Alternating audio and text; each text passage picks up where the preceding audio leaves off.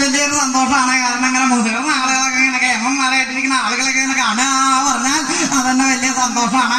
അപ്പൊ ഇവിടെയുള്ള ചില ആളുകൾക്കൊക്കെ നിശ ഉണ്ടാവും, എന്താ ഈ ചാക്യാരെന്താ ഇങ്ങനെയെന്ന്. കാരണം മുമ്പ് കൂത്ത് കണ്ടുള്ള ആളുകൾക്കൊക്കെ ഒരു സന്ദേഹം ഉണ്ടാവും, എന്താ ഈ ചാക്യാരെന്താ ഇങ്ങനെയെന്ന്, താടിയും കൂടിയൊക്കെ ഉണ്ടല്ലേ, അങ്ങനെ ഒരു സന്ദേഹം ഉണ്ടോ ഇവിടെ? എന്താ ഇങ്ങനെ ഇവിടെ അനങ്ങി കിട്ടാൻ സമയം എടുക്കില്ലേ? ഇപ്പോഴാണ് ആ ചിരി ഒന്ന് കാണാൻ. ഈ ലൈറ്റ് കുറയ്ക്കാൻ പറഞ്ഞാൽ എന്തിനാ അറിയാം, ഇവരുടെ മുഖമൊക്കെ ഒന്ന് ചാക്കിയാൽ കണ്ടോട്ടെ വെച്ചിട്ടാ, അത് തരാതെന്ന് തോന്നുന്നില്ല.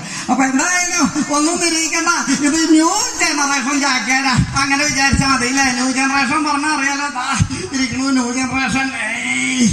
അവന്റെ തല നോക്കിയൊക്കെ കക്കൂസ് കഴിക്കണ പ്രശ്നം പോലെ ഇരിക്കണത് അല്ലേ?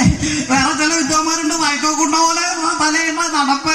എന്തായാലും ഈ വിദ്വാനൊക്കെ നടന്നു പോകുമ്പോ നമുക്ക് ആ വലിയ ശങ്ക, കാരണം ഇട്ടിരിക്കണ വേന്തൊക്കെ ഇങ്ങനെ ഇങ്ങനെ ഇറങ്ങി അടിയുള്ള സംഗതിയൊക്കെ കാണാൻ തരത്തിലാണ് നമ്മുടെ പുതു തലമുറയുടെ നടപ്പ് അല്ലെ? സൂക്ഷിച്ചൊക്കെ കാണാം, വല്ലവരെ നെഞ്ഞിട്ടുണ്ടാവും, വല്ലവരുടെ ആവാഞ്ഞാ മതി. വേറെ ചില വിദ്വാന്മാരുടെ ജോക്കിന്ന് എഴുതി വെച്ചിരിക്കുന്നത്, ഇതിർക്കലും ജോക്കിക്ക് വേറെ ഇല്ലാന്ന് തന്നെ വേണം പറയാൻ.